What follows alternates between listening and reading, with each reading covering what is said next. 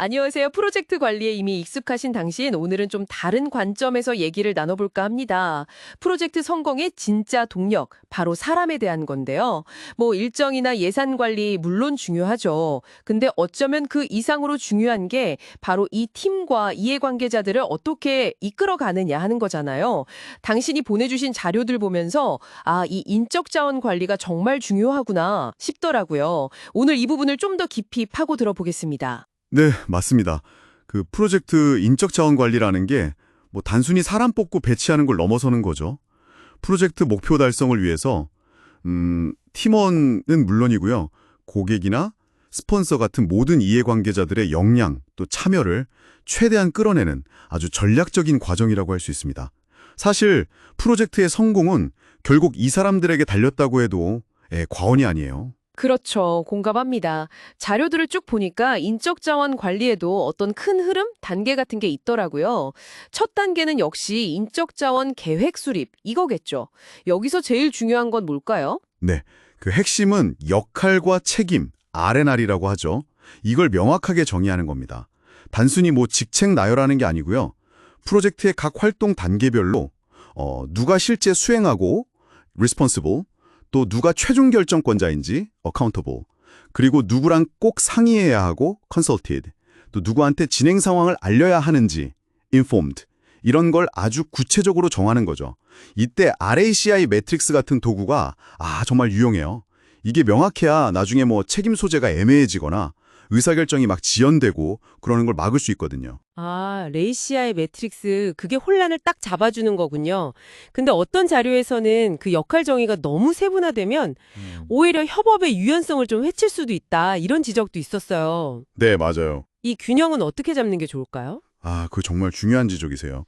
그래서 계획 단계에서는 역할을 명확히 하되 프로젝트 진행 중에 상황이 변하잖아요. 그때 맞춰서 좀 유연하게 조정할 수 있는 여지를 두는 게 중요합니다. 특히 요즘 많이 하는 애자일 환경에서는 더 그렇죠. 초기 계획에 너무 얽매이기보다는 변화에 잘 대응할 수 있는 팀 구조나 소통 채널을 만드는 데 좀 더 집중하는 게 효과적일 수 있어요. 유연성. 그게 핵심이군요.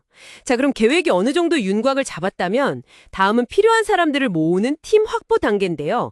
자료에서는 특히 어떤 점을 강조하던가요? 요즘처럼 근무 형태가 정말 다양하잖아요. 이런 시대에는 단순히 내부 인력이나 외부 채용, 이것만 생각해서는 안 된다는 점입니다.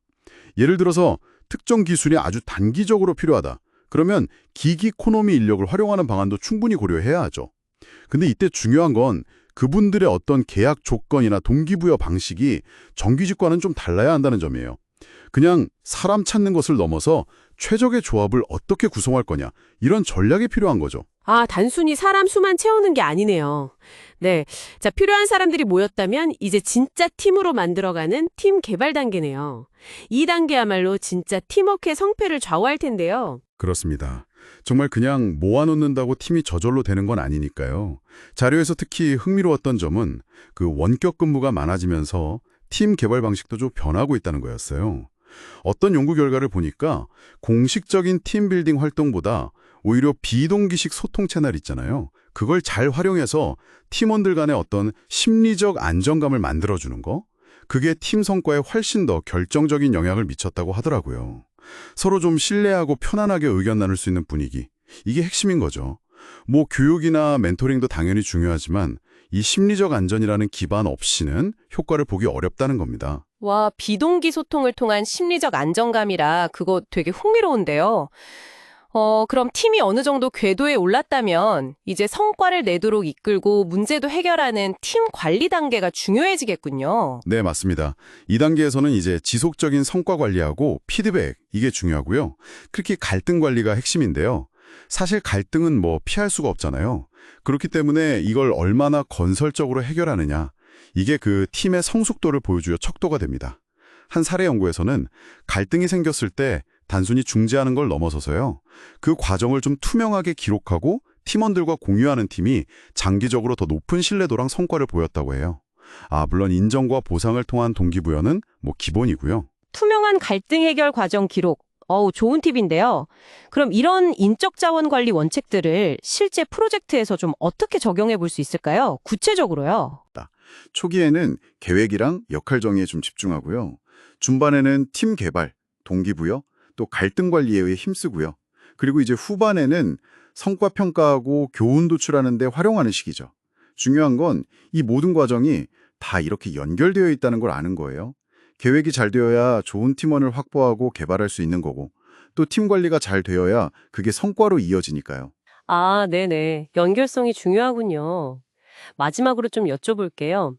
앞으로 프로젝트 인적 자원 관리는 어떻게 변해갈까요?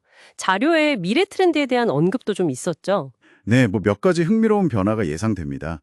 우선 원격이나 하이브리드 근무가 확산되면서 디지털 협업 도구, 그리고 가상팀 관리 역량의 중요성은 뭐 더 커질 거고요. 또 AI 기술 있잖아요. 이게 인력 배치를 최적화하거나 실시간으로 성과를 분석하는 데 활용될 가능성도 제기되고 있습니다. 그리고 또 하나 ESG라고 하죠. 환경 사회의 지배 구조. 이건 중시하는 경영 트렌드가 인력 관리에도 영향을 미치면서 뭐 다양성이나 포용성, 또 직원의 웰빙 같은 가치가 핵심적인 평가 기준이 될 걸로 보입니다. 와, AI 활용부터 ESG까지. 정말 변화의 흐름이 빠르네요. 오늘 프로젝트 인적 자원 관리에 대해 이렇게 깊이 이야기 나눠보니까, 아, 역시 프로젝트의 중심에는 사람이 있구나. 이 사실을 다시 한번 깨닫게 됩니다. 최신 기술이나 방법론 따라가는 것만큼이나 이 사람에 대한 이해와 관리가 정말 중요하겠네요. 맞습니다. 오늘 나눈 이야기들이 당신의 다음 프로젝트에서 팀의 잠재력을 한층 더 끌어올리는데 좀 작은 도움이 되기를 바랍니다. 마지막으로 이런 질문 한번 던져보고 싶네요. 기술 발전이 예측 가능한 변수는 점점 줄여주는데 그렇다면 예측 불가능한 이 사람이라는 변수는 앞으로 어떻게 더 효과적으로 관리하고 또 활용할 수 있을까요? 어쩌면 이게 미래 프로젝트 리더들의 가장 큰 고민거리가 될지도 모르겠습니다.